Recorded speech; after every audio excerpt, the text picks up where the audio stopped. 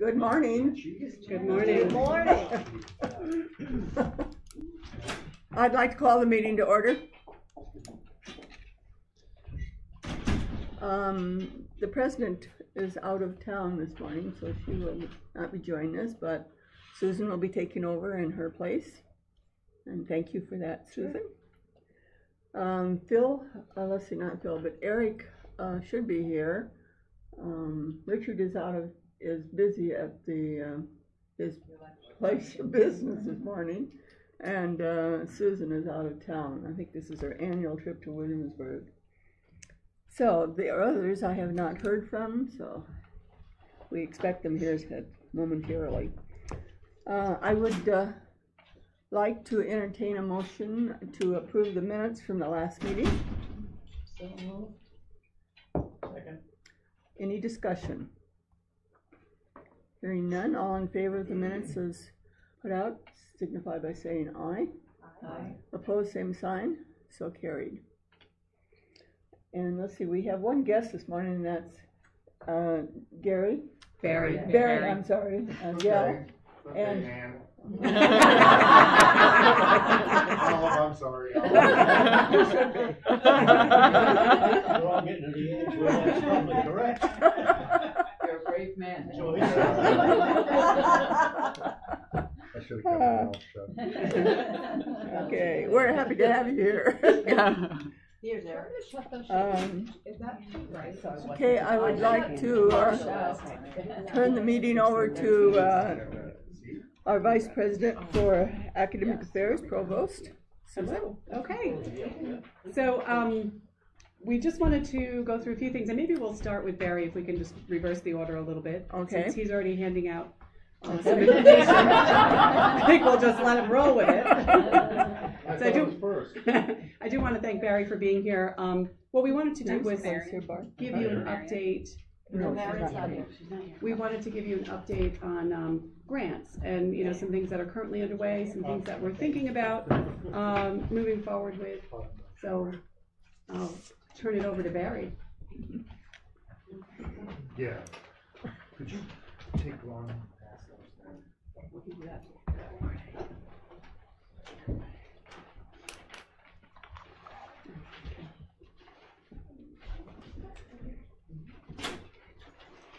So it's all yours, Barry. Okay, I'll sit over here. All right. The first sheet is a sponsored program activity report from the Research Foundation. What this is this report shows our grant expenditures our last fiscal year. So July 1st through June 30th of 2017. You'll see that we used to lead the tech sector. Farmingdale has leaped ahead, and I spoke to the sponsored program director at Farmingdale. They realigned their provost, got a new provost and locked the old provost in a room and had her write grants for a year or two, and they were quite successful. I think I told you that, right? So, yeah, so, no, we're not going to do that too soon. But you can see Cobleskill has always been a leader in sponsored programs, especially under the expenditures. If you take and you go to the right, to the second to the last column under awards, you'll see we have 32 awards, and that's the last column shows us an increase of 39%. And I'd have to give some credit to Marion for that. When she came, she took away some responsibilities from me: government affairs, operations manager, and managing the bioenergy center. Now I just write grants, and so I like to take credit for it. The last report we had, they had gone up 41%. Now it's down to 39%, but still, it's a good increase. And if you look at the other paper I gave you, it lists 9 pending awards. I was looking at this on the way over. I wrote 7 of those. So it's given me a lot of time to help faculty with grants and to write grants on our own. So I'll just give you an overview of what these are. ESTCP is from It's a consortium of the Department of Energy, Department of Defense, and the Environmental Protection Agency. It's our gasification program is applied to this. It's the next step in the commercialization process.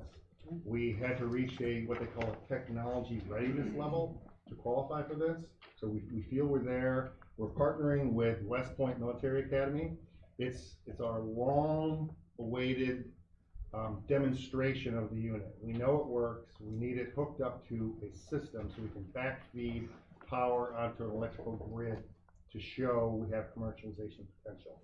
And so this is a military demonstration that would give us a lot of that evidence to show that we actually have commercialization potential for this. The next one was, since I've been here for 9 years, this is our very first application to the USDA foundational program. Foundational program is usually for the land-grant colleges, research around specific areas. This one was an application put together by Jason Evans and Sophie Winter.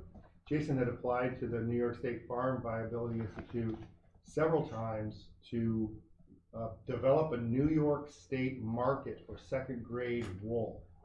And it was crazily rejected. I don't understand how it could have been rejected. So we decided to take the same idea and apply it to the USDA. We partnered with the Fashion Institute of Technology, Parsons School of Design, and there's another one in there, a lot of sheep producers. So typically I think the way it plays out is people who raise sheep for meat, they shear the sheep and throw the wool away. But there's value to that wool. And this is an opportunity to exploit that value and get New York State branded wool product. Blankets, things like that. We don't need the high-grade wool for that. The third one was an application to the New York State Regional Economic Development Council that we put in this summer. That is for a triple whammy. It's fermentation, a hops research, and economic development. We're partnering with Green Wolf Brewery in Middleburg, Dan Meany, who's a landlord in downtown Cobleskill, and our natural sciences folks, Linda McMaster-Schuyler and Pei Zhang, who are doing research on hops resiliency, how to make hops more resistant to mold. Is that right? Mold and Right. mildew. Yep. Not mold. It's both. Okay, it's both. Yeah. So that money is all capital funding. Well, some of it's personnel. Most of the stuff coming to us is personnel, but it's capital funding. We've asked for a 50-50 split from New York State REDC. So Green Wolf will put up 50%, the state will put up 50%, same with the properties downtown. Our long-term plan is to have a fermentation lab on Main Street in Cobleskill. The New York State Regional Economic Development Council likes those kind of partnerships.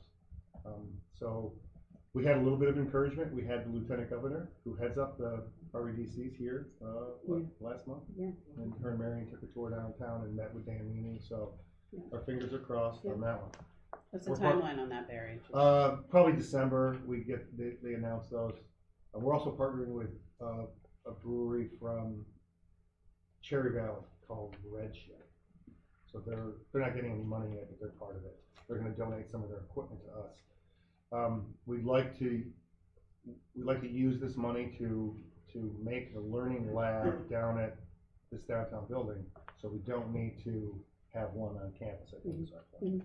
So, the fourth one isn't pending anymore. I just found out we did not get this grant. It was a National Sheep Industry Improvement Center grant to do robust education for sheep producers, grazing, milking, wool, a lot of other things, but we didn't get that one. The next one is Fuse Hub. That is also from the gasification folks. That is to commercialize the unit. We asked for money to make automation improvements so we can more easily demonstrate it to potential investors. Currently, when it was operational with grant funding, we had 3 or 4 personnel working on it, and it takes that many people to run the thing, to get it going. So anytime a commercial vendor wanted to look at it, or a potential investor, it was a lot of work to get it going, because it's kind of mothballed right now. It works, but you need a lot of work. So this money would automate a lot of that stuff, so one person could operate it. So besides being raising interest in commercialization of it, it also increases its value to people who want to purchase it, because it only takes one person to do it. That's what we hope to do with that money. The next one is to the USDA. This is a reapplication to the Multicultural Scholars Grant. This doesn't give us any indirect funds, but it provides full tuition scholarships to 5 ag, business, food systems students for 4 years.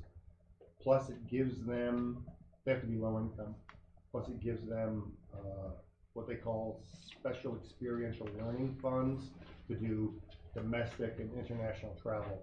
The ag business students frequently, I think every other year, go on an international trip, and from what I understand, they have to pay for that themselves.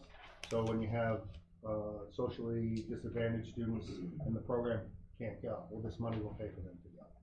So we're partnering with a lot of local schools through our college and high school program, offering food systems and ag business courses through college and high school, and then we'll recruit our potential pool of students out of that. The next one is also to the USDA. This is what I haven't really had my fingers crossed for. We partnered with Cornell to, I don't know what the diplomatic way to say it is, to help plant science, help our plant science department evolve their curriculum and their pedagogy to the next generation. I do well? I'm keeping him. Thank So, you. All I can say. Cornell has, they call it the Teaching Improvement Center, and of course they have a stellar plant science program. So if we were successful in this, our plant science faculty would go to Cornell, or they would come here and learn how to do project or problem-based learning and reorganize their curriculum around that type of learning, interactive learning strategy with students. It would also, in addition to professional development money, it would give us funding to develop new courses in collaboration with Cornell. I guess their problem was most of their students who graduated from grad school weren't prepared to work in industry. They were only prepared to do research. So they've added Masters of Professional Studies programs to prepare their graduate students to work in industry. And this, the courses that we're going to develop will line up with theirs. So they'll be able to, not seamlessly, but they'll be able to transfer to Cornell and fulfill Cornell's needs as well. So we should hear about that soon, within the next month or two. The next one is, we have a great relationship with USDA's National Resource Conservation Service. They give us money every year to fund interns to work around the state. $150,000 we do every 5 years, I think. Every 3 or 5 years. So that funds the interns, and the $43,000 is for a grazing conference they'd like us to host in 2019. So we have a planning committee that's working on that. Apparently, grazing is important. Are you aware that one of our alumni is the national head of the grazing for USDA? I didn't know that. Yes. No. Amanda Schaller. Oh, I'll bring that up. Yes. And the last one on the list is one that Jason Evans wrote. We have a really exciting Startup New York partnership with AXI. You might have heard about AXI. They are a business out of New York City. The principal has developed a computer algorithm that uses existing data, and we're feeding data into it, but the basic premise is to be able to sell local produce to institutions. So it's like a marketplace where an institution like Cobleskill, a lot of SUNY food service groups, directors around this, they'll say we need 100 tomatoes. Well, Joe Farmer can't produce 100 tomatoes, but Joe and Sully and a bunch of other ones can aggregate together and be able to provide local produce to institutional food buyers. And- So, And if I could add, the Yeah. other piece of it that's really important is the MWBE targets that our auxiliary now has to adhere to some state guidelines. And so this is helping the state, it's helping show the state how we are reaching out to MWBEs. And it's not just our auxiliary, it's all across SUNY. There's, I think, 29 different campuses that have participated. Brian Marhaber, who you'll see later, has been really active with Max and AXI and getting that developed. And if you had more questions, I'm sure he'd be happy to talk about it. So as part of Southern New York, AXI is over in the Niskern House in the conference room, and that's their offices, and they employ quite a few of our students. And this would go a long way towards employing more students. And I believe some of the money is for students to do boots on the ground work, go out to producers, get them registered, get them familiar with the system so we can make it operational at some point. So it's very encouraging. I didn't write these down, but these are the grants that we're currently working on. There's a USDA Farm to School grant that we're looking at. There was a New York State Farm to School grant. We just couldn't get our act together to get it in. Farm to School is a lot tougher than you would think. I'm learning a lot of the issues, mainly being that a lot of schools don't cook food, they heat it. And if they do cook it, they have personnel issues. The personnel aren't trained to process the food, and it's a real cost issue. We had a food service director from BOCES come in who represents 10 high schools, and she said that the cost, of course, they blame it on the cost of health insurance, which I understand, for their employees, it's gone up 17–18%, where they charge for school lunch has only gone up a nickel. So it's all about cost for them. We tried to do something with cold dairy cattle processed at our own center. Even us taking no profit at all, we still couldn't meet what they would pay to get ground beef from Cisco or something like that. So we're going to apply for a planning grant from the USDA so we can be better prepared for the next time the New York State opportunity comes up. There's another grant that came out recently that Sue shared with us. SUNY is investing in faculty. They call it the Empire Innovation Program. They want to find faculty who are going to bring in research dollars and economic development. So we're having discussions around that. I think there might be some consensus about what kind of faculty we're going for, but we shall see. Today, we're going to. Okay. We're applying with six schools, could be more. 6 local high schools to do an early college high school program. Cobleskill, Richmondville, Bird, Knox, Westerlo, Sharon, Middleburg, Schoharie, Jefferson. So we do 5 of those. We already do college and high school with. So we'll be adding Bird, Knox, Westerlo if we're successful in this. Students will take college and high school courses in their school for probably their freshman and sophomore years, and then they might come on campus to take 2 or 3 courses in their junior and senior year.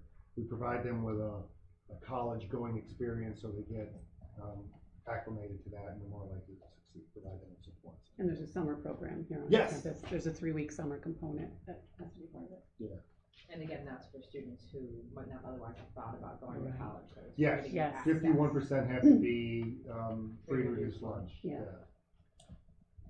There's another grant we're looking at from the USDA Solid Waste Management Program, and this is for gasification. Our gasifier folks, Paul Amadeo and Dave Wage, have done a great job partnering with a landfill out in Madison County who are very interested in commercializing and maybe purchasing our gasification technology. They have a system set up where they can take the methane and put it into electrical generation, but it's not enough methane from the landfill. And the problem they have in Madison County anyway, and across the state, agricultural plastics. Those big silage bins and all the bale wraps, it all gets thrown away or buried. And our gasification system can dispose of it and turn it into energy. So we're hoping to apply for funds to get our gasifier out there. and hook it up to their system and feed it with ag plastic. It's a long shot, but you gotta be in it to win it. Barry, you said that was a USDA grant? Yeah, USDA Solid Waste Management Program.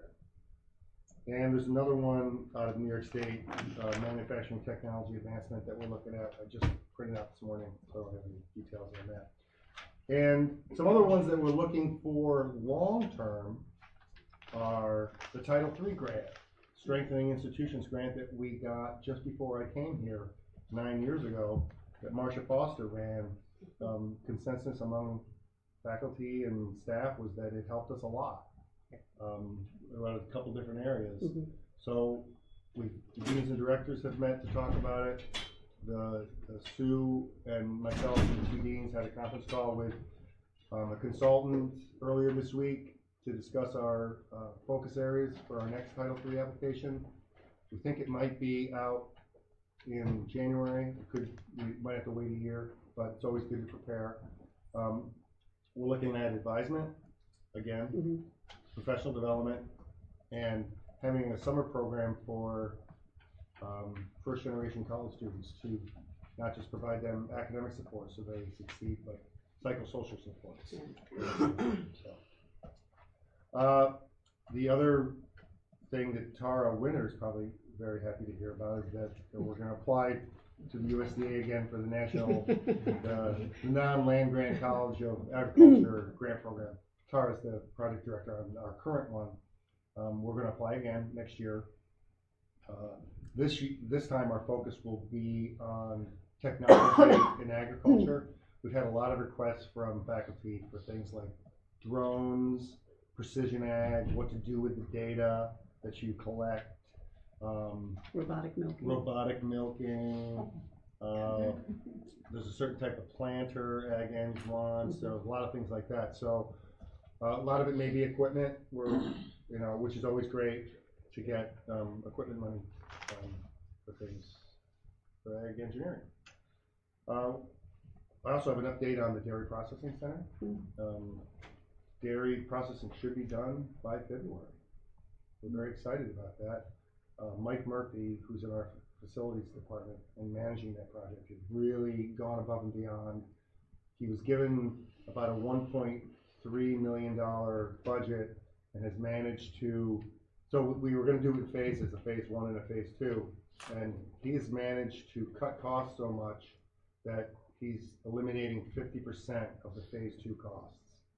So we expect to be much further along in phase 1 than we had anticipated. And once that's completed, we'll submit another grant application to the Economic Development Administration. The holdup with EDA before was we didn't have the state match, and now we do. So we'll be able to show we have the match, we've invested our money, and we only have a small amount left to complete, so we're hopeful on that one.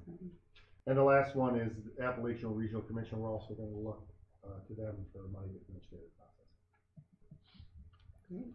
Thank you, Barry. I was gonna say. Right, that's a couple pages. Barry's been pretty busy. Well, there is faculty. another thing, and I hate to say, the SUNY Research Foundation is moving to an electronic system called PAX that's monopolizing my time, and I really hate it. I hate it. I want to go back to the paper days when you mailed it in. This thing is a pain in the butt. But, and Barb knows about Grants Gateway. She had to negotiate that. It's one of the real struggles in grants and sponsored programs is everyone's got their own online application system. So it's not only do you, like Barb was successful for a New York State Department of Environmental Conservation grant. Not only does she have to know the science, but she's got to navigate these complex. And there were like 27 submissions, but there's never ever like a table of contents like submit this, submit this, submit this. It's like layers of layers of layers, and you're like incomplete. And you're like, but I did everything. Yeah. And so then you have to go and hunt. It's like some kind of video game trying to find a Zork. Yeah. I don't get it. It's really hard, and everyone's got their own, and they're always adding new ones. So that's a challenge that we face. But, Thank you. Any questions for Barry? Wow, It's wonderful. Yes. it really is. Oh my goodness. Thank you, Barry. I just have one. Sure. And this is cranky old me. don't other programs need upgraded technology and upgraded systems besides just the agriculture? My concern is everybody getting their fair share to make us good across the board. All the dollars in one barrel, or if that barrel goes down for a while, it's just in the history of No, you're right. in the history of education, just so everybody knows, it's like Clarkston went downhill for several years because people weren't going into engineering, you know. So I just think that we have several potentially great programs on campus that could use the same amount of attention. That's just me. Yeah, and the deans and I actually met with business and IT yesterday, so we've been talking We'll with get them as good. well. That would Yep. be. So we I went to would their think this department would be meeting. good. You know, it doesn't. Besides, when we get everything roboticized in agriculture, Yeah. there'll be no jobs for people anyway, so they won't Yeah, need to right. get into it. They're going to need to get in the technology part in engineering and development. So Fix the I think that robots. it's Yeah, but, fix the robots. but it's just The, a concern. the focus on technology and ag, we're applying to the USDA for that.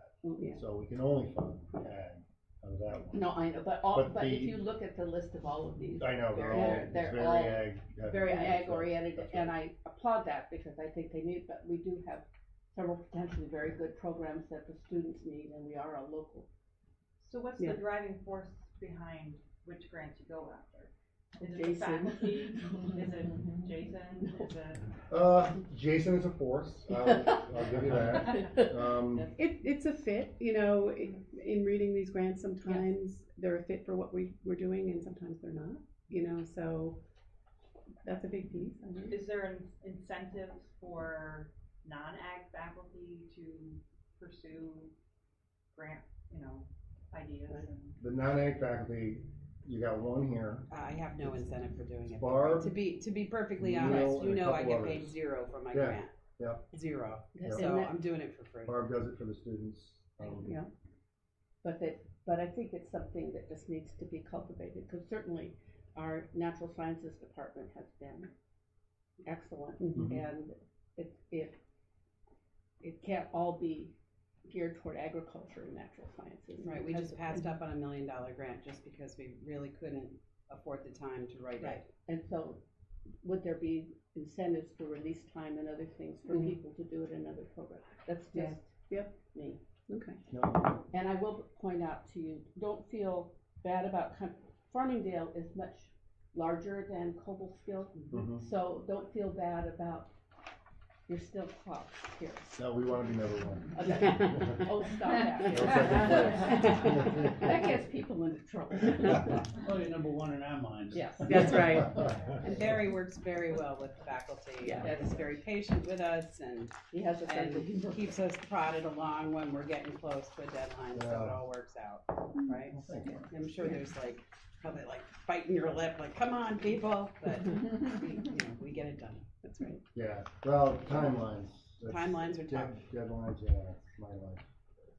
I've Thank yet you. to find out how to take a crying student in my office and say, you gotta leave, I've got work to do. I haven't figured that one out yet. Thank you so much. Thank you. Barry. Thank you. There are times. There are times.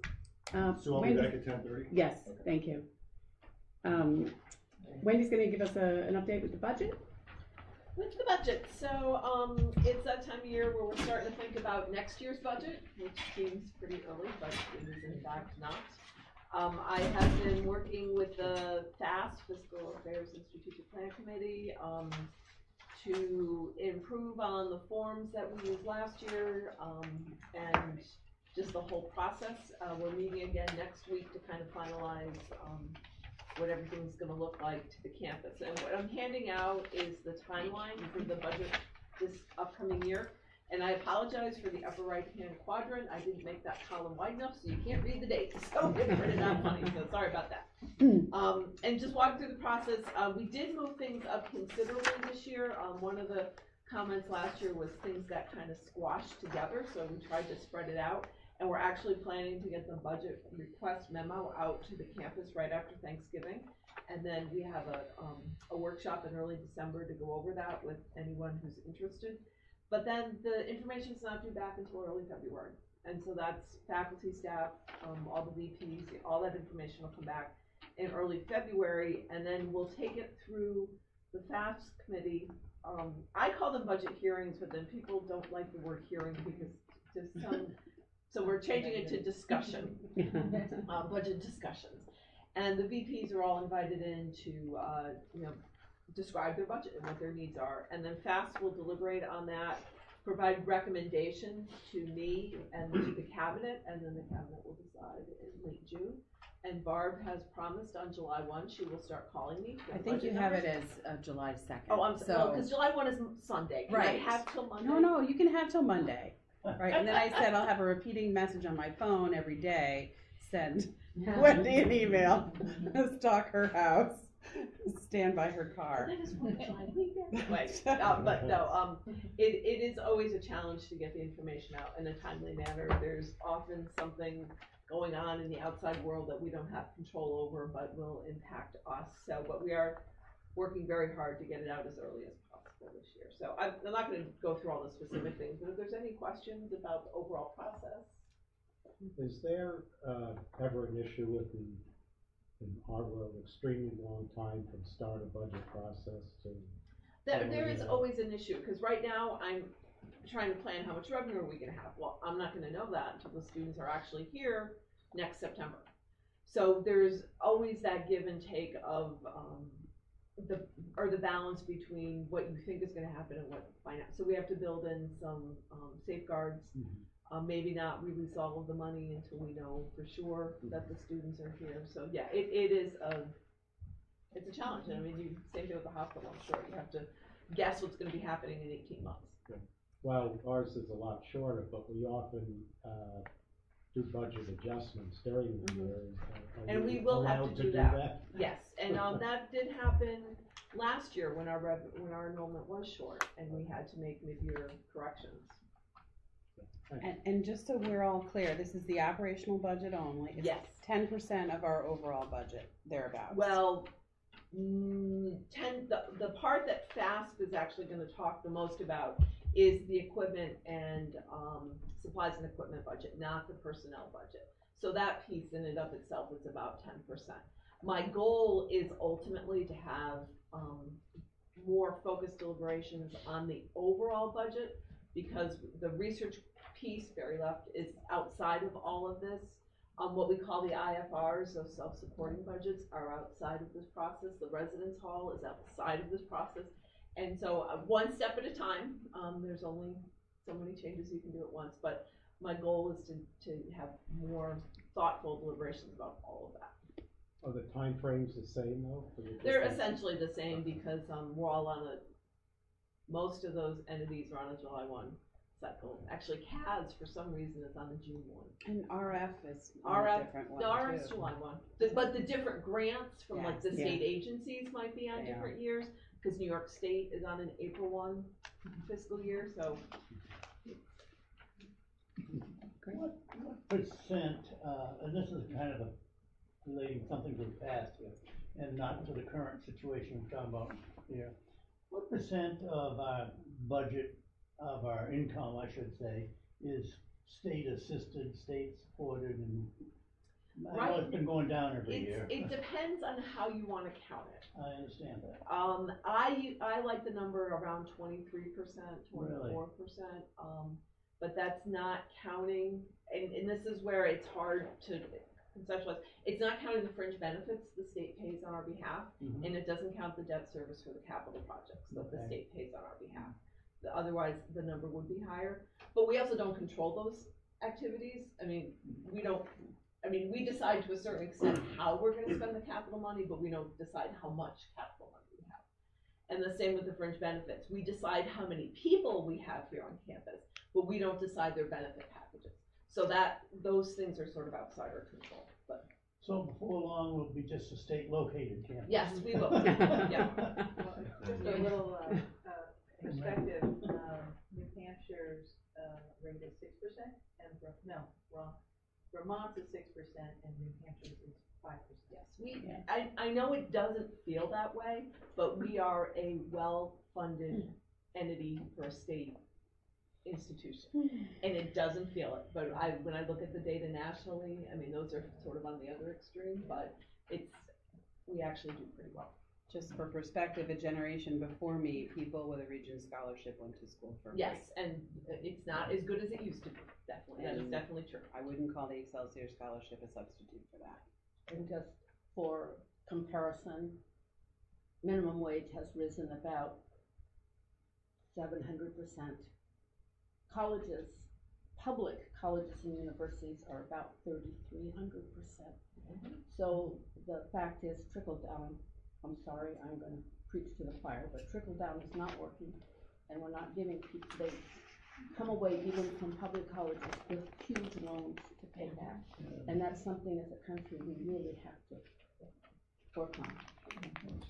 Okay. And that's a lovely segue, Dr. Myers, if I may. Yes. Oh, that's it. Yes. You know what I'm gonna talk Okay, about go ahead. next. Go ahead. You may know too, this past, last Wednesday, we held our second budget con. I discussed this last year as well. It's a financial literacy event that we do, actually it's a SUNY funded, in the first year of those PIF grants, we got some money through partnership with Oneonta. And we bring the students in for the real life game of life. You get your paycheck, you get your taxes taken out, you get your student loan debt, and then, you just go through this whole process of how much does it cost to live. And it's very eye-opening for students. Did you get to volunteer this year? I was in lab, but no, I'd love to come in and It's, tell them how much student loan Oh, debt I Bonnie had. volunteered. It is A lot of fun. Well, yes, I You think did the utilities table? you're one Yeah, of it was household, I do. household Oh, expenses. the examples I use, they came. I had $125,000 of private school debt between myself and my husband, and we only paid it off last year or the year before, so. I have no children, so, That is the second stop on the round is your student loans. And just teaching them, this is how you figure out how much you have. And and some of them are shocked. So we are working on making sure our students are educated so they know. And we had 270 students go through that we would have loved to have had more. We just didn't have the time or the space, so. Yeah, it's a great event. Thank you. Thank you. Tara's gonna give us an enrollment update. Yes, so right now, as we look towards the spring and fall, our application numbers are up pretty significantly. We're up about 19% in our applications. It's a bit of a cautionary tale, so I just wanna say that with a little bit of a grain of salt. What has happened across SUNY is they've increased the number of free applications for EOP students. It was 4 last year, and it's opened up to 7, so students can apply to more colleges on their SUNY app. They have more choices for free. So what that has done across the system is it has increased the number of applications to schools. So as I dig down in the numbers, I can see that a lot of that has rolled over into the Educational Opportunity Program applicants. However, I don't want to say that that doesn't mean that our traditional territories haven't remained in a very healthy spot, which is great news. We've actually seen a bump in our Western New York, which is interesting. We have done some work with additional work out there, which I see is paying off in applications, which is great news. And we are still holding very steady in our local territories, which is very important to us. We hosted this Harry County Counselors Association on campus last week. Some of them hadn't had a tour of campus in many years, and they were blown away when they were brought through Wheeler and when they were brought through Canton. Goodness, we had no idea, even though they just kind of had that assumption of, well, we're right here, we don't really need to be on campus. So we hosted them for breakfast for several years, but hadn't sort of forced the issue of, no, you really need to take a tour. So that was, I think, a very helpful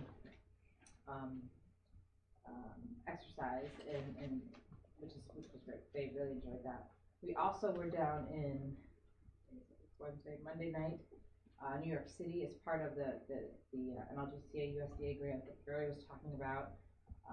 One of the aspects of that grant is recruiting women and minorities in different agricultural fields to explore.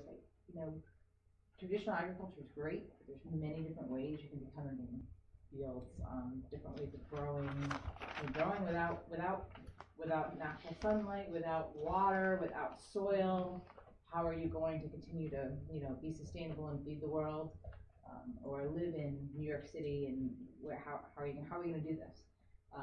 And so we brought great faculty interaction. We had a number of our faculty from plant sciences, animal sciences, and Tim Moore went with us, and we had about 40 different college counselors from a number of agricultural-based high schools in New York City came, along with community-based organizations. Farmer and the Fish, it's a great little restaurant right on Park Avenue, and the panelists spoke, and we had an opportunity to talk a little bit about our programs, and the follow-up to that is inviting them to come up and bring students on a bus trip in the spring. It was a great event, so we were excited about that as well. Spring numbers, right now we have the same amount of applications for the spring that we did last spring, which is great, so we're healthy in terms of that. PACE is working very diligently, as they have been, in terms of working with the cohorts with our offsite partners, so that continues to be very fruitful, and they are looking at starting new cohorts in the fall, a brand new program at Rockland in information security. Any questions on any of that information?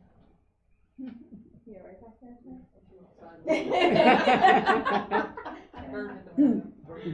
Was it? Oh. All right, thank you. Retention, how's that working out? Right now, our retention numbers from last fall to this fall, I can pull that up. Our overall retention went down. Don't have that right at my fingertips. And I want to say, I'm trying to picture the chart in my head. Yes. I want to say overall it went down about 3%.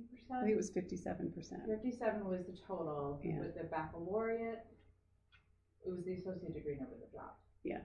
So the baccalaureate actually improved, the associate went down, and because our larger population with the associate students, that's what brought the overall number down. I just don't have it in my head right now.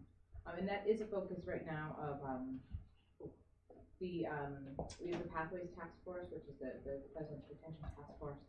We have I'll insert if we're going to talk about that or not, or we had EAB, which is a company, if you will, that works with student success.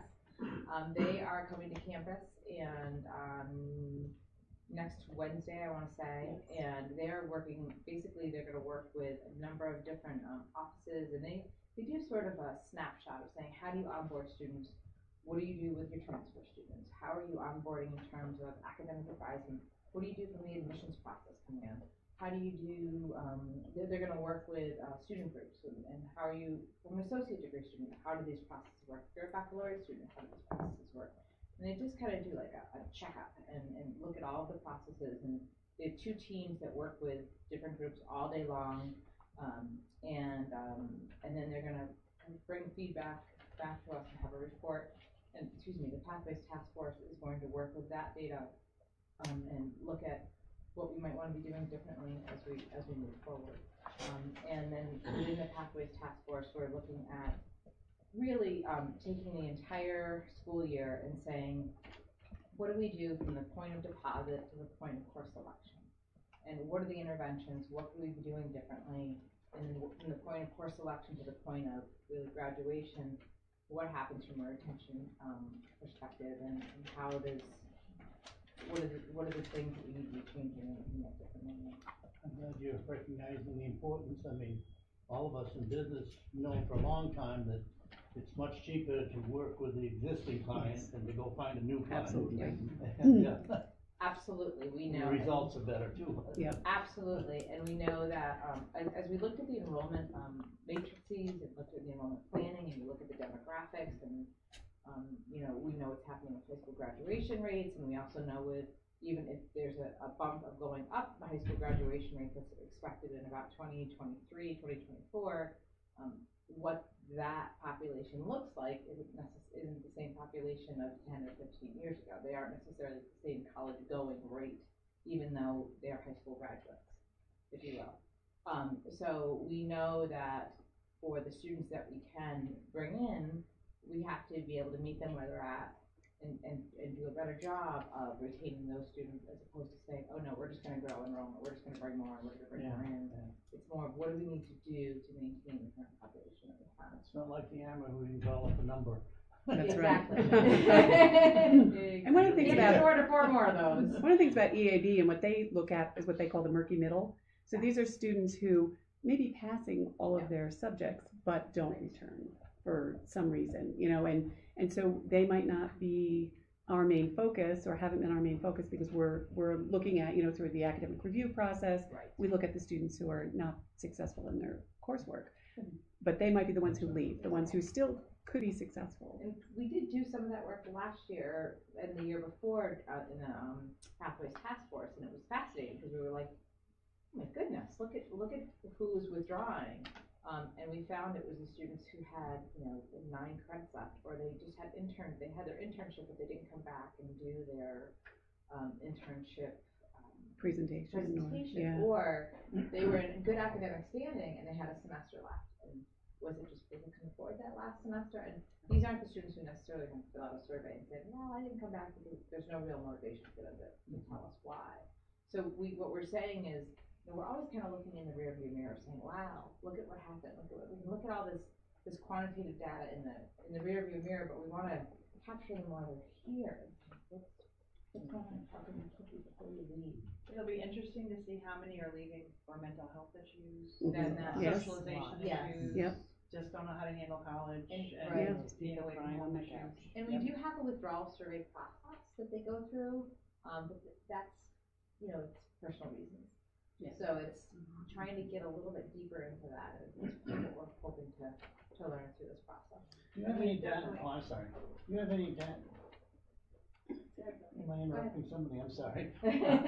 Is there any data, or have you had any data that would show the success, I'm going to call it, of students that have from high schools that have started here or took courses here about really going here from when they graduated from, say, high school to finish there? If they started at like As college a or high junior, school for student, example, yes. We can track students who took courses prior to coming, and continued on. It's basically if they're advanced standing students. We just started looking at that for the PIP funding. Right.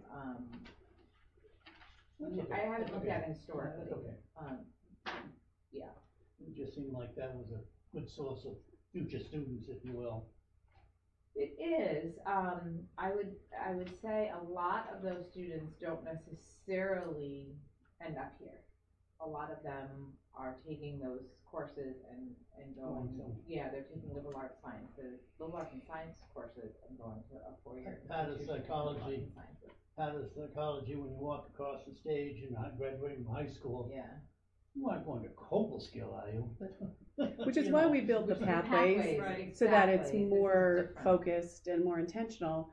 And there are, I want to say there are about 200 students at Cobleskill enrolled in the pathways. So that's encouraging. And we put a lot of focus on the local market. Right, because historically it was a community. It was your English comm, it was your math, it was your psychology class. Whereas now it's, you know, I'm in the early childhood pathway, and I'm going to come out and I'm going to graduate with 15 credits, and it would be crazy for me not to go to Cobleskill. Right. Because I'm already Yeah. a semester. Yeah. And that's the It's a point of Absolutely. the grants and more attention paid to other programs besides that, because a lot of them will say they're gonna take the liberal arts because they can go to a more prestigious school and it's not a quote ag and tech. There's Absolutely. we have a snob factor, which I don't get it, Absolutely. but it's something we need to do here, because people who can't afford to go elsewhere and for whom can't afford to live on campus, having a college that gives them something in their field is. Absolutely. This was a part of the conversation we had with superintendents. we're looking at this early college high school grant. So this, we're looking at students on free and reduced lunch, 51% participating in that program. Those students would be likely to then be eligible for the Excelsior Scholarship, right? So, if you help them kind of plan that out, that this is a real, and the grant would pay for their tuition for the college and the high school courses. This could be a very affordable way and a very timely way to complete a college degree. So that's really our focus with that. It could be very good for the local community. Absolutely. Yep. Be something really Yep. give back to them. It's access. That's a huge piece that we really want to. And we were just doing open house on Saturday. And so we had families in and we were doing things with the families. And I said, I don't get a commission if you come here. It's not like a used car salesman, right? Right. So, but here are some questions. If you're just starting your search in college, here's some questions you should ask no matter where you go. Who's teaching your classes? How big are those classes? What access to faculty do you have? And, snob factor or not snob factor, there are some really snobby schools where you can't get any of those questions answered in the affirmative or in the way that you want. So, right, and, my husband went to RPI. RPI, he was a mechanical engineer. He had 600 people in his classes until his senior year when it dropped to 90. So he paid full freight, for that. A lot of money to do that. Mm-hmm. So if that's not your style, if you're not going to be the one with the hand up in a class of 600, you don't want to go to a place like that. You want to go to a place like this. And we don't many talk times the about that. professors are foreign in nature and you can't understand Well, them. they're not meant to be You know, teachers. India They're there to be and whatnot. researchers who have to teach if their research runs out or if it's their turn to draw the straw. So, I'm not saying that there aren't good teachers there, but if they're the exception, not the rule. And you don't have. And that's my you don't alma have mater. access to the way here. No, I Right, agree. it's not the same access that you have. This is. And I just want to mention, thank you for bringing it up. We did have 3 open houses this fall, so our open house season has just ended, and our attendees were up for all 3, which was great. We had great, excellent faculty participation, and really appreciate that, and all the student services areas. We had just over 350 students come through for the 3 days, so almost 400. So it's a great participation. We lucked out with weather and It's good. great analysis. Thank you. Thank you. So lots of food for thought. Oh. Any questions? We've had a really informative morning here so far. Okay. All right. Let's move on then to faculty governance and Barb. Okay. I have moved my computer close. Since I saw you last, I was able to attend plenary at Delhi, thanks to free pen. And it was a University Faculty Senate plenary, the first one of the season. And the Chancellor plus the interim provost, Grace Wong, was there. So we were able to meet Chancellor Johnson and ask some questions. And I thought it would be interesting, since many of you have not met her yet, to kind of give you a flavor of how she answered. So each area is allowed to formulate a few questions to ask. We call them our concerns. I don't really like the term, but that's what it is. And then I try my best to stream of consciousness type what she says and bring those back to the campus. So we try, when Nancy Zimfer was leaving and Dr. Johnson was coming in, we created a book of introduction, kind of a farewell book for Dr. Zimfer and a welcome book for Dr. Johnson. And it was, I worked with the president's office to put a one-pager. We only got one page for photos and then things you should know about the institution. And we didn't do what most did. Most did, this is how many students we have, this is what we're best at, blah, blah, blah, blah, blah. It was a brag sheet. And what we did is kind of give her the quirky things you would never know if you looked us up on the internet type of stuff. You know, we have more sheep than whatever, you know, that kind of stuff. So she had this book with the state-operated campuses in it. So that was her introduction to us. So we tried to give her more overall. We talked about the fact that the tech colleges offer a laddered curriculum, that we have students that both come in and out with transfer, and then that's what we are there for. that we're the most diverse as a system compared to any other system. So looking at the university colleges, the comprehensive colleges, or even the community colleges, we are more diverse in our makeup of students, and we're often among the students among us are often the poorest in this system, although at the moment the community colleges are winning that auspicious title. And that we have a critical role as far as access and success for students, and that our graduation rates are better than private or public tech schools, and that our animals need feed, our airplanes need fuel, and our faculty need to be diverse and trained. So we offered to undertake a self-study to initiate a change in name to the Centers of Excellence in Applied Learning. Now, this is something that the president has discussed with Dr. Johnson. We thought it would be important for her to hear that the faculty also want this, and that technology colleges really don't make sense in the term. It's not a large enough scope of what we do. So her answer was that she's a big fan of all the sectors. Mommy likes all the children, and she would like to see centers of everything back to governance, and bring it back to governance to have a conversation.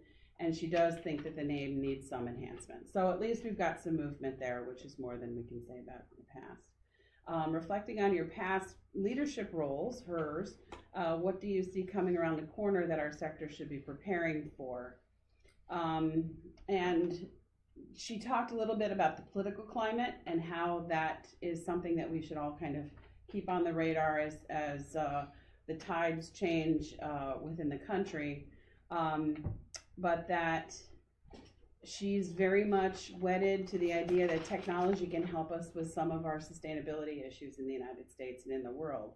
And she would like to see SUNY to really set about reducing greenhouse gas emissions, not only for ourselves, but also creating technology which will help the world reduce that. And that was one of the reasons why she would take this position. And she thought it was a big enough position and she would have a big enough influence to be able to get sustainability back on the, back into what we talk about. We asked her about models and practices of shared governance and what she would like to bring to SUNY. And she said she started out her career at UC Boulder and then at Duke, which both had strong governance structures. Someone had a sign on their desk, one of the administrations, every time that they went to go sign something, the sign said, "Have you consulted with faculty before doing this?" Kind of like as a moniker on the desk. And that made an impression on her as a young dean, because if you want to be expeditious, you don't ask faculty, because we slow the process down, right? Did we not see a timeline that went from November to February? But what it is, you know, that's where, that's the engine, really. The students are the fuel, but the faculty are the engine. So she has restructured the chancellor's cabinet here at SUNY. It includes the senior vice chancellors, all the vice chancellors, university and faculty senate university faculty senate president, and the faculty council for community college presidents, and the SGA representative. She ultimately believes that she's an academic, and that she believes she makes the best decisions when she has the most information. She's very much an analyst. She does not have the same rock star quality that Nancy Zimfer had. That's a nice one. So I think she's politic. She's smooth. She's not rough around the edges like me, but she definitely has the ability to analyze. She's an engineer, and she's data driven, and I believe that will be how things are done. Now, what does that mean? That you can't play on her emotional heartstrings? Probably that's not so. If you're not doing the job of the university, you're going to hear about it. I think it'll be an interesting change from what we've had. So, does anyone have any questions? She talked at all about the role of college councils? She did not. She talked about she was at a faculty audience, She talked a lot about shared governance, and she did say community. So when she talked about shared governance, she did mention community. I would assume that she would include the college councils in that. So I know that there were some rough patches with the last chancellor and college councils when it came to shared services in particular. Shared services seems to be on a trend downward. It seems to have found its niche, where we know where it's good and where it's bad. I don't think that's going to be revamped. I also got the impression that she negotiated something with the governor before she got here. That there was a lot of reasons to not take this job from a financial standpoint, not her salary, but rather how the system is funded. And I think that they wanted her and the governor wanted her, and I think she's worked something out. So I don't know if it's the whole harmless money.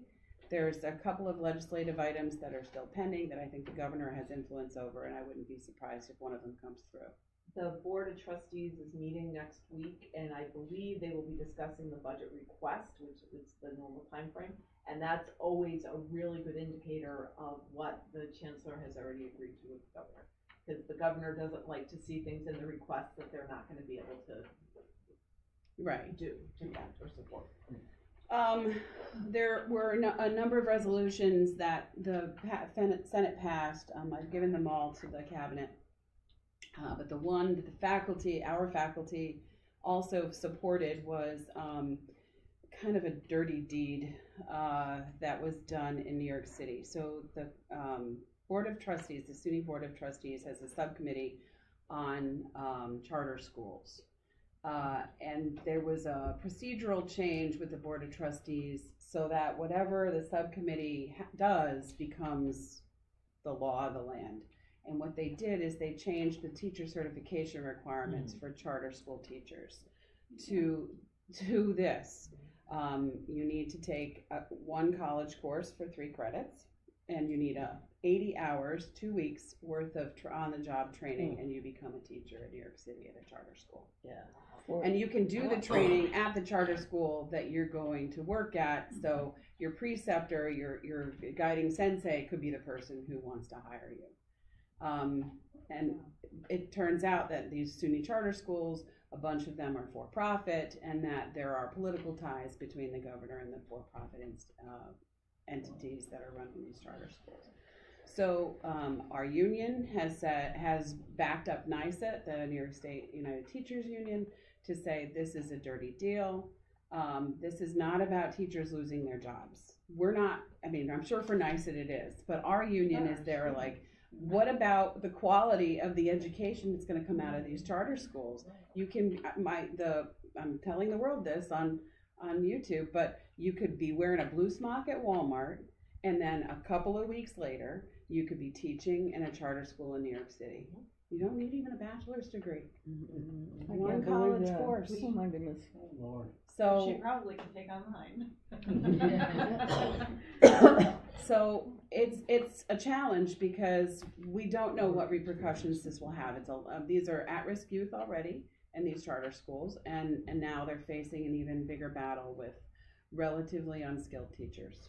And this change, the Board of Trustees can change that at next week's meeting, but what they would have to do is overrule their procedural change that they made so that the subcommittee could make this verdict happen.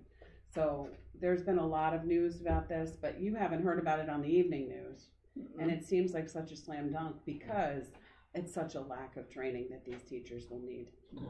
We have very little respect for education in this country, and except for that makes people rich. I'm sorry, I don't think we've talked about what our mission is in education, and frankly, and I don't want to insult anybody's political biases, but this last election shows it. And we're allowing, we think that the richer some people get, the more money will trickle down to the rest of us. It's not going to happen, but they're keeping it. And I will also say that in 1989, when I came here, 96% of the classes were taught by full-time teachers. I'm not sure what the percentage is now. We don't even calculate it anymore. I don't want to calculate it. It's not that many of our adjuncts aren't very good, but they're very underpaid. I've worked as an adjunct before, and I know how many hours and how much to pay, but I think we have to have a huge discussion of what the purpose of education is in this country and where we want to be. Because the fewer people who are educated, the more likely they can be taken over. I'm sorry. Okay, I'm gonna make everybody more comfortable and leave in a few minutes. I have the man coming, our water heater decided to go out yesterday, try to take a shower in cold water, but so I will shut up, but yeah, I've been on a soapbox lately, so. Well, I'll just continue your soapbox, Ann.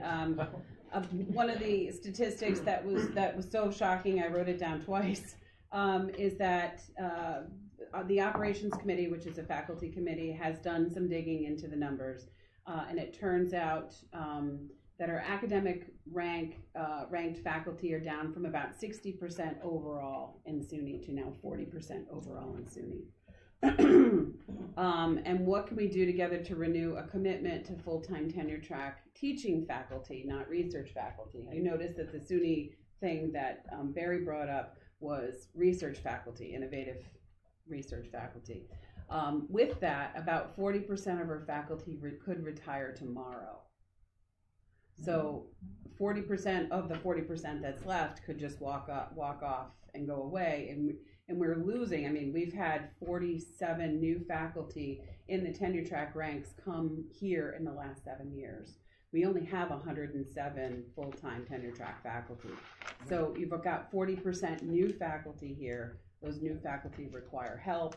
There's another portion that's going to be out the door soon, and this will disrupt how this institution works. I mean, there's good and bad about faculty retirement.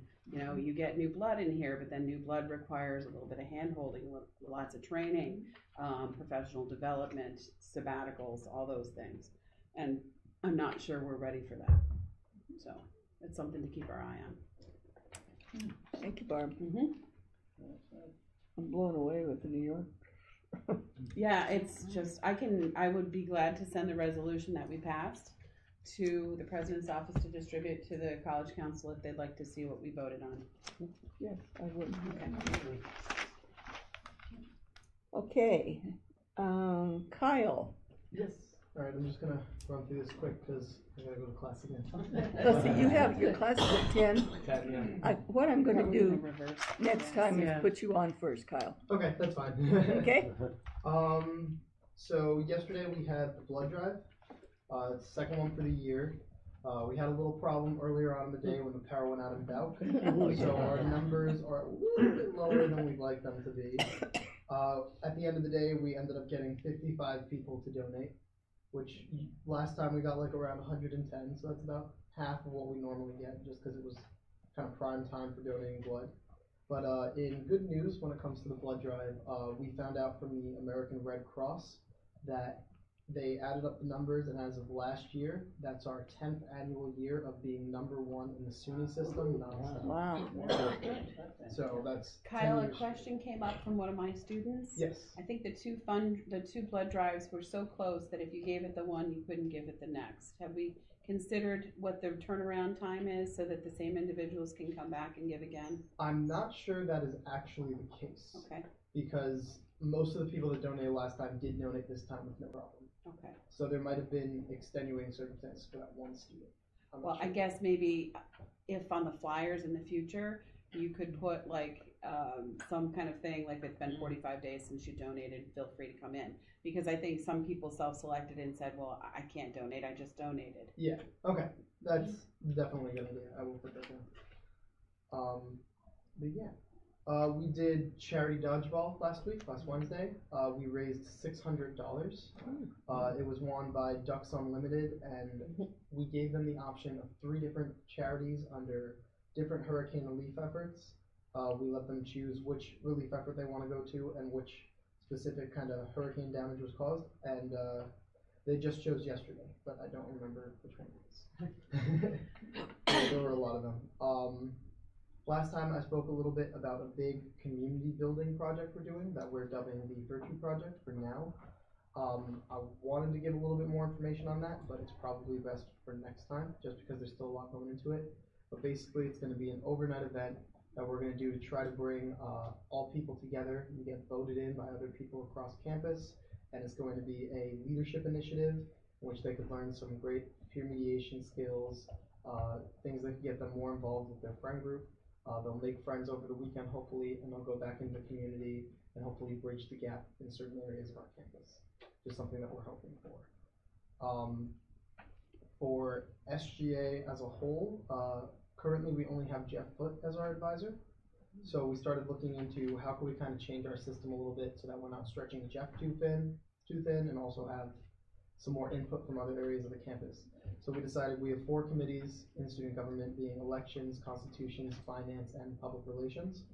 And we had the idea, elections kind of self-sustain itself, but these other committees kind of need a little bit more help. So we thought about getting what we're going to dub committee advisors to help sit in on these committees and push these forward a little bit farther. So we got these approved, and we were going to put it through at our SGA meeting yesterday, just have it like approved through SGA, put it down officially, but power went out, so we didn't have a meeting. But these advisors for finance, we're going to have Barb Sprouse. For constitutions, we're going to have communications professor Eric Cage. And for public relations, we're going to have graphic design Gregory Miller. And those are going to be just some people to help us out in the future. Kyle, what was that for Greg Miller? What? Public relations. Public relations. Yep. So they all said yes, and we're just going to get that official and put it through. And then lastly, we wanted to look into changing the advisor policy on campus. We think it's a little weird that clubs should be able to go to functions in New York State without an advisor, and it's something we want to look into, and it's something we definitely want to change. A lot of other, we looked into other schools, and some of them are very lenient with the advisor policy, some of them are very strict, and they all bear different outcomes. So what we wanted to do is, out of SGA, we're launching an advisory committee, and it's going to involve Roy Garrett, our vice president, and 2 SGA members, and Ann said it's something she'd like to sit on as well. And we're going to look into the advisory policy of other schools, look into our policy, how we can change it, and how we can improve it for the future.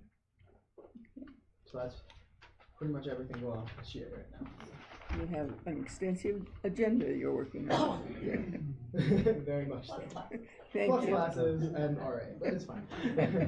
Oh, and my bad. Lastly, we are still working on, as President Terenzio asked us to, a student bill of rights. But it's something that's obviously going to take an extensive amount of time.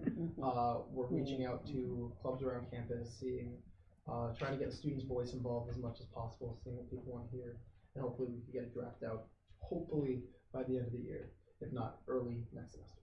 So. Kyle, who goes to the student assemblies, the big statewide meetings? So normally it'd be any member of SGA is allowed to go. Mm-hmm. We had an SGA member this year that wanted to go. It was during homecoming, which was a problem for us, obviously, but we had an SGA member who wanted to go, but they couldn't go this year because we couldn't have an advisor go with them. Therein is the problem. Yeah. So nobody went to the student center. Again, only 107 full-time faculty. How many clubs? 50 what? Yeah, over 50. There you go. It's gone up this year. I think we have 3 new ones. But they don't have to be teaching faculty. They can be Any It could faculty. be non-teaching faculty as well. Mm-hmm. But you know, it was homecoming weekend. Everybody had a busy schedule, Right. and no one could go. So. In fact, the NACA group, that's not NACA, ACMA, Yeah. which is a student activities group, they almost didn't go, but actually a faculty member stepped up and a staff member stepped up and went because we did some moving around to help that happen. But it's really an impediment, and it's actually quite unusual to have such strict rules. And meetings also, in the process of every meeting, it's a lot to ask. Yeah. And I don't think students need that much handling. If you can tell we are a win. I'm with you, Ann. I'm with you. Yeah. So that therein lies the problem, and that's what we're trying to do. Well, it doesn't place a lot of faith in our students. Well, and they're adults, Yeah. right? Right. They're adults. The Yeah, the problem is, and sometimes it's good to be able to speak without, to have a meeting without faculty and who have to, I understand, that would be very desirable. It would be like saying an administrator had to be at every faculty, group meeting. And one of the things with this advisory committee too is, when it comes to a student going by themselves somewhere outside of state, that's obviously a completely different situation, and that's something that needs to be addressed, along with high-risk groups. That's something that we're kind of trying to keep a bit separate. When it comes to an advisor for, like, say, Woodsman Club. yeah, the Woodsman, that's more of a high-risk group as opposed to. I kind of think you need a paramedic more than Exactly, so faculty member. we're looking at, you know, how do we handle this when it comes to the Woodsman, which is a high-risk group? Do we not let them go by themselves when we'd easily let, like, Ag-Eng go by themselves somewhere to, like, a conference? So there's a lot that goes into it, and we need to look into all the aspects from as many places as we can, so. Thank you so much, Kyle. No problem. Now I'm gonna slide out of here, so. Okay. Okay, Tim Purcell, how are you this morning? Foundation. How are you? Good. I'm also going to give for the Alumni Association, as their current president is flying back from Peru right now. So Okay. so they wanted me to let you know that homecoming weekend was a huge success. So much going on campus. The weather thankfully was beautiful. Great turnout. The parade was fantastic. Everything that went on was excellent. A great weekend. Barb Moore is now coordinating for the alumni relations, currently for the Alumni Association. And then for foundation, we raised for the culinary extravaganza. We did $23,000, and that proceeds will go between the culinary department, and the other half will support academic programs and also scholarships.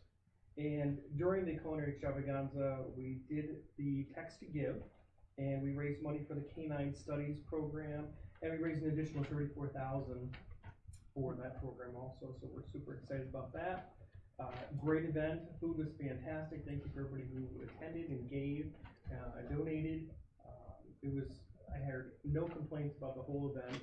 Need a little bit of a stage to put Lois on because she is so darn short. Otherwise, we'll get her on something. Your shoulders, Tim. We'll put her on the shoulders. Thank God Marion's super tall, and we're gonna have to work with, this. And then we're encouraging all the boards to make their annual donation by December 30th. I'll be back on that, stumping for donations again. Otherwise, that's what I have. We're heading out now to a little bit, meeting up with Marion and Lois. Regina Ryan is doing a foundation alumni gathering at her home in Scottsdale. So we'll be flying out this afternoon to meet up with the rest of them out there. Oh, that's tough, Scottsdale, It is. Arizona. So we got some great donors That's on the list cheap. we'll be meeting with and touching base with folks who may not necessarily know what's going on in Cobleskill or at Cobleskill. So great to be able to touch these people and let them know what's happening, and hopefully come home with some cash. I'm Facebook friends with an alum who's the law enforcement for the Forest Service in Arizona. Oh, really? Yeah. Should let him know. I know. Yeah, Never no, around there. absolutely. We're on plan. Lois just texted me. She's boarding her flight now in Chicago. So we'll be catching up with her. Yeah, the event is tomorrow evening. So yeah, good job. So is this person somewhere like in Paradise Valley, or Oh, do they have a thing on, I'm just, Yeah. it's 80 degrees there now. Yeah, she lives in a beautiful Regina Ryan's got a beautiful home in Scottsdale. They play a lot of golf and Yeah, that was the Shishi place, I lived in the Yeah. Shishi place. It's gonna be a hard assignment, I can it will be understand that. hard, and somebody's got to take one. Yeah, from I college understand that, university. Tim. I suppose I'll do it. I am Thank you. Okay, thank you. Any questions? You got a date? All right. Chair's report. I attended the extravaganza and it was very nicely done. I think we have probably the biggest crowd I've seen in a long time. And I understood there were around 200 people there. Was it 290? We almost had to cut it off, even, because there was a question about, we did raise the prices this year, but the attendance went up also, so. Yeah. We're Yeah. excited about that. Oh, yeah, I was really impressed with the attendance, and the food was very good, yes. Students did an amazing job. Yes. And then I thought the awards ceremony and the athletic banquet was very well done.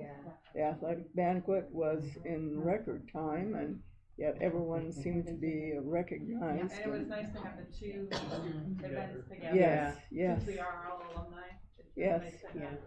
So I thought both of them went off very well, and my congratulations to those that are made responsible for it.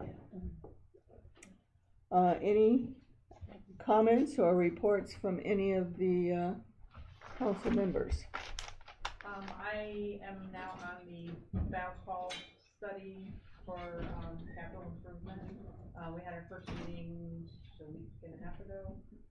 It was a meeting with JMZ architects and planners, large group, gathering data at this point, information numbers, how many people come in and out of the building, and what needs are needed for the building and the upgrades. Okay. And they give us all a real nice timeline of everything. So it'll be an interesting process. Okay. Yeah, they'll be on campus next week, the 13th and the 16th, and there'll be both targeted sessions for groups like athletics or student life, but there'll also be each day an open time for students and an open time for faculty, staff, and council members if you're interested to come and talk about what your vision for BAC might be. Can you get that out to faculty soon, Bonnie? Yeah, Tracy's working on putting together the schedule. We'll get it out as soon as we can. Thank you. Okay. Olive? Yes. Just a reminder, a bit of shameless promotion. SUNY Cobleskill and Festival Farmers Market are co-sponsoring the Holiday Farmers Market and Bazaar in the ballroom, Bauk Ballroom, Friday 11 to 4, Saturday 9 to 3 this weekend. We have a special raffle to raise funds for the Student Veterans Association, and we have some very different and exciting vendors this year. 3 clubs participating, 4 actually, because Ag Eng will be providing the transportation from parking to Bauk Ballroom for those of us who say, one more time up that hill. So please do stop by and find some goodies for the holidays. Thank you, Linda. And the other thing I'd like to mention is that the Veterans Club is supporting the annual Veterans Day spaghetti dinner on Thursday night, 5 to 7, I believe it is, in Upper Champlin. And so please keep that on your calendar. Okay, any other comments from any of the council members? Okay. Discussion of facilities projects. Amy. Oh, they're there. Irene went got him, yeah. This was an opportunity for any questions or comments on the facilities report that Bonnie handed out last time, both in the meeting and sent us later online. And a very ambitious and very well put together document, I thought, actually going way beyond what we usually do. So, any questions or any comments on facilities? And Bonnie is here to answer any questions. Well, anytime you have questions, you can certainly let me know. Okay. Hearing none, I guess we'll move on to the next. But do keep facilities in mind, and if you want, Marion is encouraging us to have some discussions on these things and to bring up other areas that if we have concerns. So this is a long-range plan, both short and long. Yes. When you come into campus from MacArthur, I see a lot of students walking in the road. That's right, because there's no It's too bad there sidewalk. wasn't some sort of path for them from MacArthur. starts, backside. yeah, the sidewalk starts where they cross the road from the field house, so there's a whole section there that has no sidewalk. So it's somehow something, it's a safety. Yeah, it is. It's a complicated and expensive engineering marvel, but we really do need to do it. Yeah. Particularly with all the activity that's going to go down around the field house in the future, with all the expansion down there. Okay, we'll move on then to council endorsement of new strategic plan, and Eric has been on that committee since and met with every meeting, so I've asked him to talk a little about the strategic plan. I was a council representative on the planning team. Was very honored to serve in that role. I certainly learned an awful lot about what a gem this college is and the thought processes. There was very wide representation of all the constituents of the college. We agonized at some point, we enthused through most of it, we negotiated, we compromised. You name the cliche, we did it. We wordsmithed, probably too much. But I think in the end, we had reached consensus of very straightforward and understandable vision, mission, and value statements, and a very direct strategic plan with one goal and 7 or 8 or 8 tasks to fulfill that goal. And having done strategic planning from our years, usually these plans are books with way too many things to do. Now, not to minimize our 2-pager, there is a lot to do behind these very simple statements. But the first step is communication, and make sure everybody understands and sees the direction, and hopefully everybody's on the same page. And I think we've accomplished that very, very well. And I would be very proud to make a motion that the council endorse this strategic plan. I'll second that motion. Do I hear? I'll let you know that the faculty endorsed it last Thursday at their faculty meeting. It was a secret ballot, as secret as you can. It was pieces of paper, and it was overwhelming support. Any other discussion? Okay, hearing none. All in favor of the endorsement by the council signify by saying aye. Aye. Opposed, same sign. So carried. Thank you. Thank you.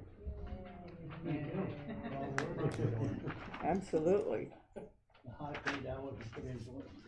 And we want to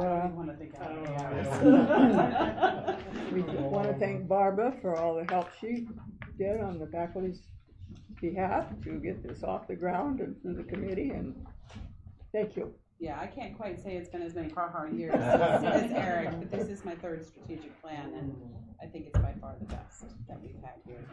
The last one I worked on and talk about the book, yes, it was there, and I can't remember how many objectives for each.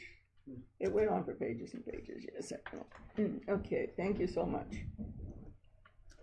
All right, we are at the end of our agenda, and I would entertain a motion to adjourn. Okay. She's got to fly to Arizona to I get have not finished packing. Do I have a second? Is there a second to the motion?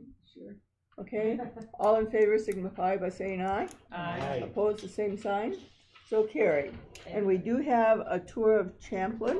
And Brian's waiting right outside. Okay, and our next meeting will be on the 14th Valentine's of Day. February. Yes. Will you be my Valentine? I Barb? will, Oh, if that's no. not a Title IX violation. Thank you. Thank you, Dave. You're welcome. You need, those statements, Linda? No, I got them. You got it? From Barry, How's our yeah. strategic plan going? Have Have a great trip tomorrow. What am I gonna do? Oh, okay. Thank you. I've seen him way too much this week. They, Bonnie, I sent out an email. presented recommendation